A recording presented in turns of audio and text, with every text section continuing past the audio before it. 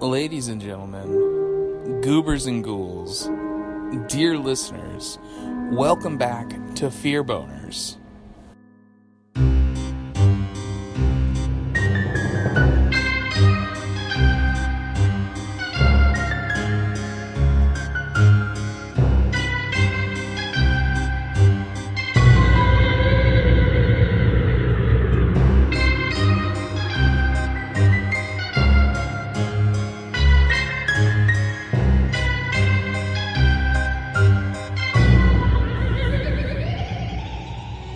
Fear Boners is presented by the Down in Front podcast, and I'm your host, Andrew.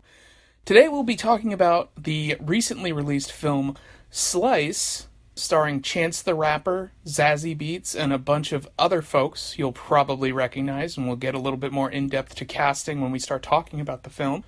But before we jump into that, dear listeners, just want to get into what I'm drinking and what I'm watching. Seeing as that it's still early on Sunday, I am just drinking some coffee right now. And besides Slice, what I've most recently been watching is I've been jumping into Iron Fist Season 2, because I honestly forgot that was just released. And we'll probably wind up covering it on the main podcast over on the Down in Front podcast itself, so I won't get too in-depth into it, but right now, I'm about halfway through the season, and I'm still on the fence. So hopefully, by the time I get to the end of the season, I'll have a more concrete opinion of it. But seeing as we saw a sneak preview of it at San Diego Comic-Con that made us really excited, and now I'm kind of still iffy on it, it's interesting how they managed to handle people's expectations. I'll say that so far. But anyway, getting into the main feature that we're discussing today, a little film called Slice, which was dropped last week, sort of as a surprise. I hadn't heard anything about it until I saw on Twitter a bunch of people comparing it to Beyonce dropping a secret album out of nowhere. Suddenly Chance the Rapper has a horror movie out there, and people are saying, watch it, it's about pizza, it's about ghosts. I mean, you're introduced in the movie, heads up, obviously we're going to spoil it as we talk about it, but even when you first start the film, the initial line is, this is a story about pizza, ghosts, werewolves, and some other shit. We're sort of introduced to an interesting setting where it seems like a low-income urban environment where they're almost in the middle of this strange gentrification process, including the fact that ghosts are recognized as individuals, as their own entities. And people recognize who's alive and who's dead, and ghosts kind of have their own set of rights and can kind of do their own thing, but they're obviously also, they're a very segmented group from everyone else. And we're sort of introduced to the concept in the beginning of the movie. Chris Parnell, who plays a very doting, kind of clueless mayor, got to where he is politically by basically building outside of the town of Kingfisher, where this all goes down, a town called Ghost Town, where they basically moved once you die, or once you are discovered to be a ghost, you are moved out to this area called Ghost Town, where you're supposed to live almost segregated from everyone else. But that idea throughout the movie tends to fall apart. But you can sort of, that builds a nice setting, a good background for this film in general.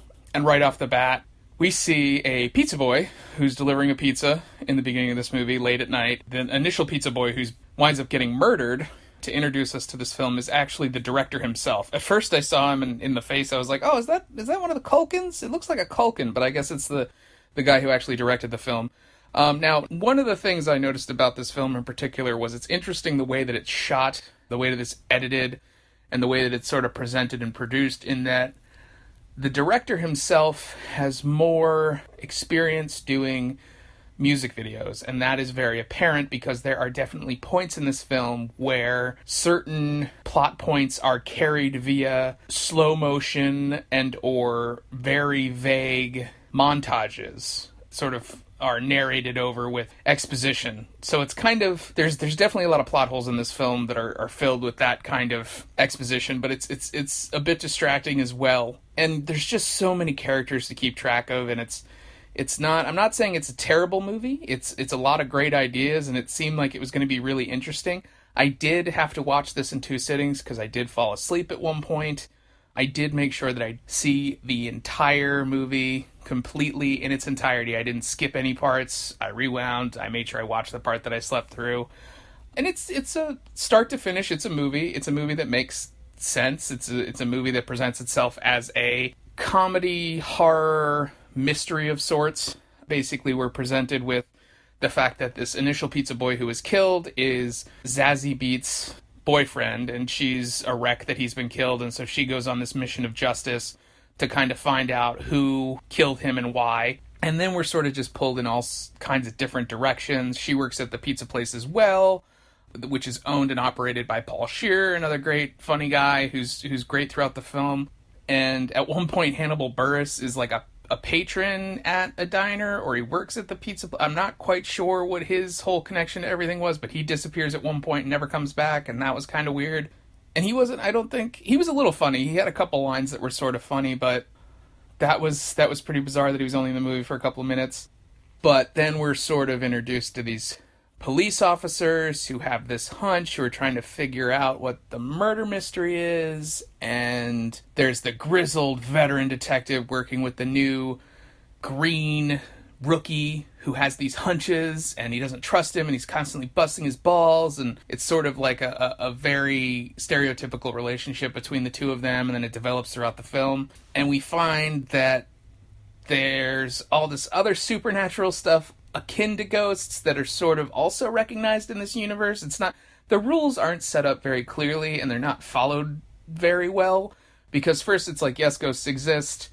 The way that you can discern a living person from a ghost is that they have, like, their faces are paled out, and they have rings under their eyes. They have makeup on, essentially. And there's the potential for other undead werewolves. Obviously, that concept is introduced at the beginning of the film. Eventually we find out that there's covens of witches that are responsible for a lot of the bullshit that's going down.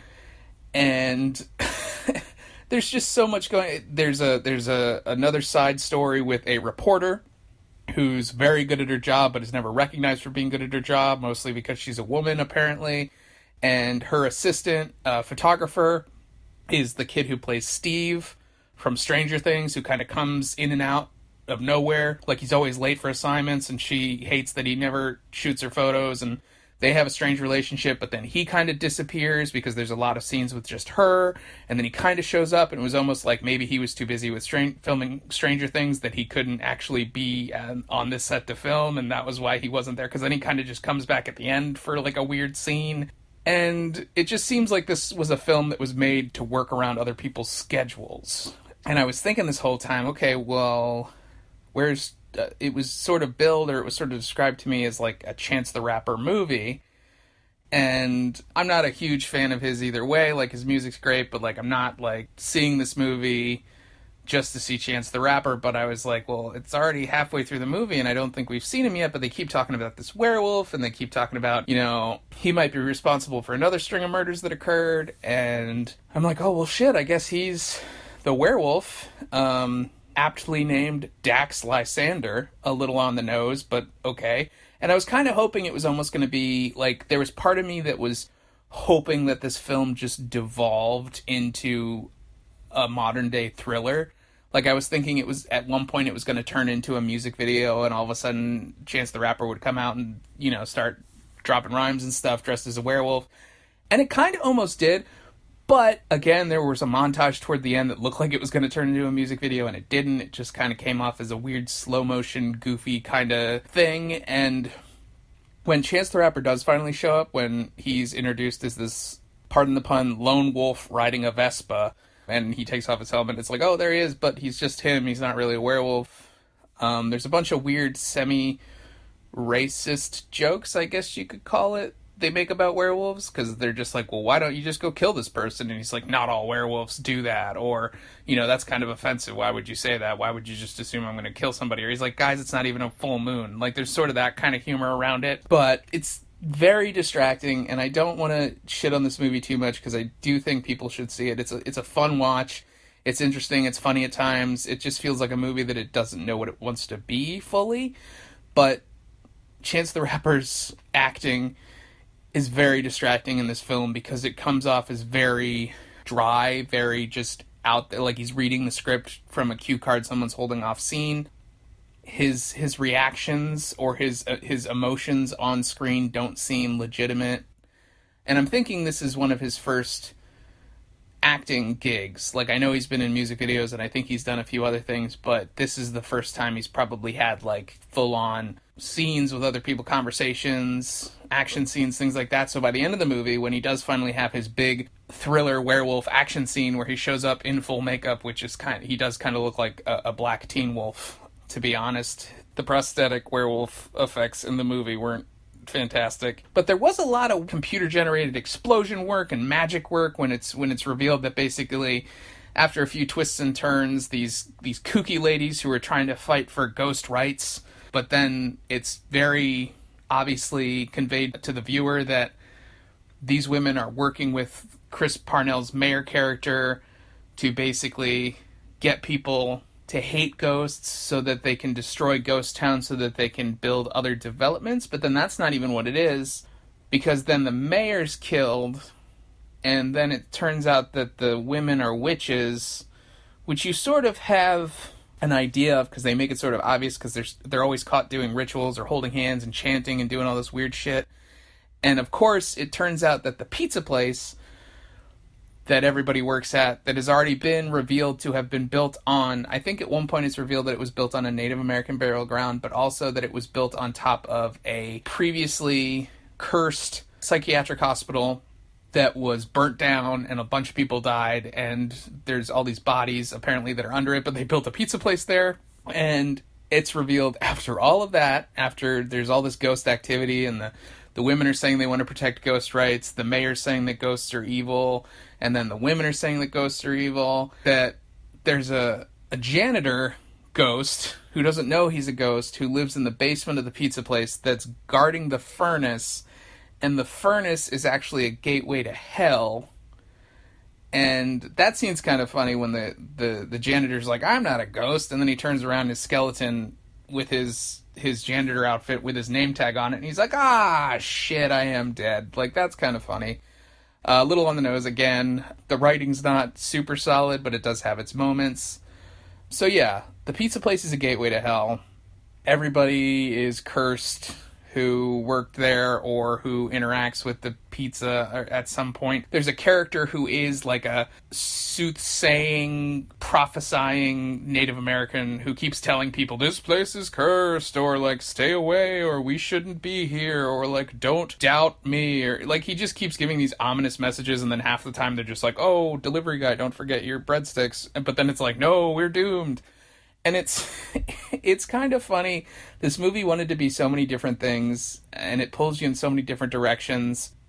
It does, even though a lot of characters wind up dying, it's sort of, like halfway through the movie, too, a lot of the characters that are sort of developed to be the ones that you think are going to be the main characters, there's too many people who want to be main characters in this movie, also. But what happens is there's too many characters that you want to like, and a bunch of them wind up getting killed halfway through the movie. But then at that point, the rules are sort of cloudy anyway, to the point where they just come right back as ghosts. So you don't lose them. It's not like they're not going to be in the rest of the movie. They are. They're just going to be wearing terrible makeup. So that's kind of funny and sort of lessens the danger in the film severely. Another person who's in the movie is the guy, if you saw The First Purge, one of the main characters from that film plays a drug dealer in this movie who is introduced as like a patsy almost, like to kind of to steer the viewer away from thinking that it's anybody else who's responsible for killing all these pizza boys, because at one point the pizza boy's caught with all this stuff called cheese that looks like little packets of Parmesan cheese, but I guess it's drugs. And so Zazie Beetz tries to kill him at one point, and then the cops stop her, and they arrest the drug dealer because he's the big cheese, and his character's pretty fun. He's kind of an asshole. But that whole, like, I guess it's like maybe 15, 20 minutes of the film, now that I think about it, was completely unnecessary. Like, there was nothing there that convinced me that it was the drug dealer who was responsible for it. It's kind of like a weird zig that they put into the movie, sort of in the zigzag to kind of try and trick you from thinking it was what it was. I don't think the mystery part of this horror comedy mystery really came across well. I think it was just very much like a magician who hadn't quite mastered the sleight of hand, trying to trick you to look at his right hand when really what's going on is left hand, and you're still just distracted by his left hand. And the movie is fun. Again, like, it's not terrible, but yeah, Chance the Rapper's acting is pretty bad throughout. By the time he becomes a werewolf and he has his action scene, there's a couple moments where you think he's about to say something, and either they discovered that he couldn't because of the makeup, or they just cut it out, because there's a couple points where he has this epic fight with one of the witches when it's revealed that they're the ones that are responsible for killing everybody, and they're the ones that are trying to, like, open the gateway to hell, and, like, all this other bullshit that just gets crazy towards the end of the movie. And there's a point where it almost looks like he's about to open his mouth and say something, but then it cuts. And I think by that point in the movie they just knew. But the best part of the whole payoff for, like, this semi-happy ending that kind of leads into it towards the end of this movie is that Paul Scheer thinks that blowing up the pizza place is the right thing to do, does that, ghosts himself, so that basically all of the employees of the pizza place that were initially half ghosts and half living people are now all ghosts, and he opens up another pizza place. But then there's another, before I even get into that, I keep forgetting, the reason that Chance the Rapper's Dax Lysander werewolf character is involved in the story is because he has been, like, a legend in the town for a while, because there used to be a Chinese place called Yum Yum Chinese that also sat on the place where the pizza place was, but everybody that worked there was murdered.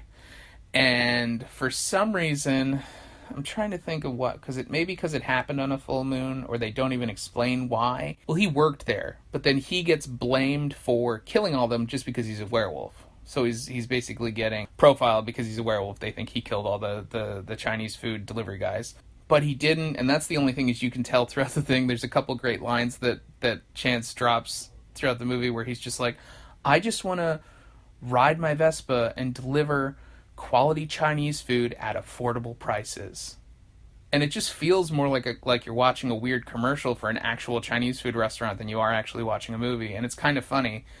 But he has a couple lines like that he delivers, and it's just like, you could probably do commercials, but I don't think I could watch you in another movie. And there's another great scene at the end where he drives off, and one of the green police rookie has, like, this strange obsession with the werewolf, maybe because he's a werewolf, or maybe just because, like, I don't, like, there's this weird tension between them, and you can't tell what the director or the writer or the people were trying to portray with their weird relationship, because he saves his life at one point. So after the werewolf saves the cop's life from getting crushed when they're having their initial chase through a junkyard, they're going to drop a car on him, and he saves his life. So after that, he's, like, obsessed with him.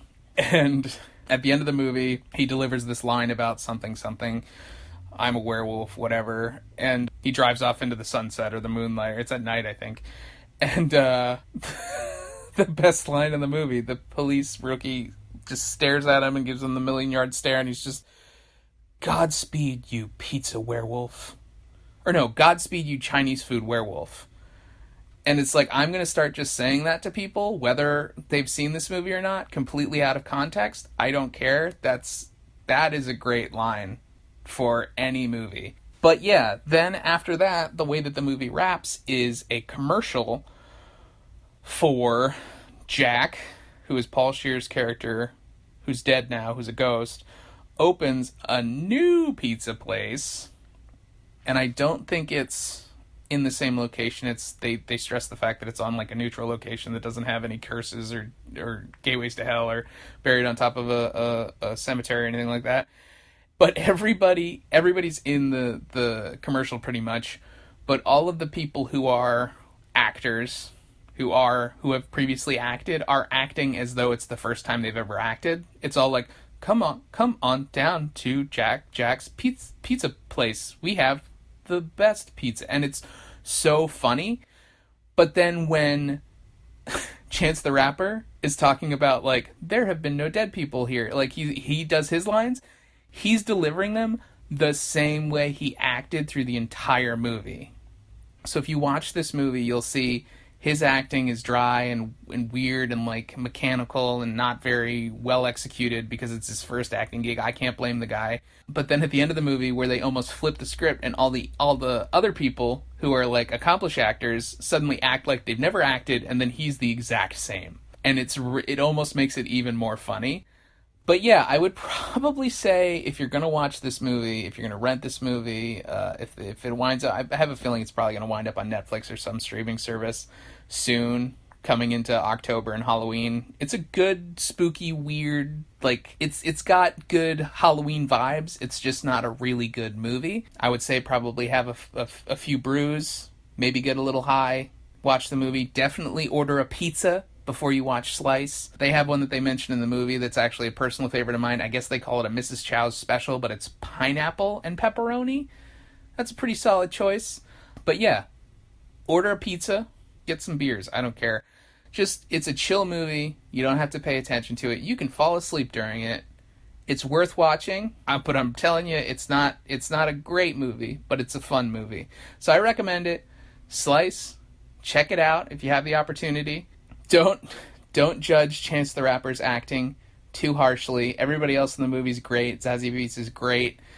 Chris Parnell, Hannibal Buress for all of 5 seconds. Steve from Stranger Things. He plays a great dick. Like he's just an asshole. He's like the asshole photographer, and he is kind of an asshole. So he has there's no redeeming quality for his character. It's not endearing. He's not one of the ones that you get super super hung up on. So he's great.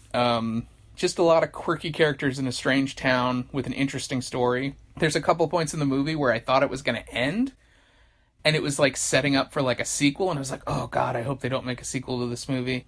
But I do. I like the setting. I like how fast and loose it was. It was just like, we're kind of like a weird low-income territory with ghosts and supernatural weirdness. Like, I like that general idea.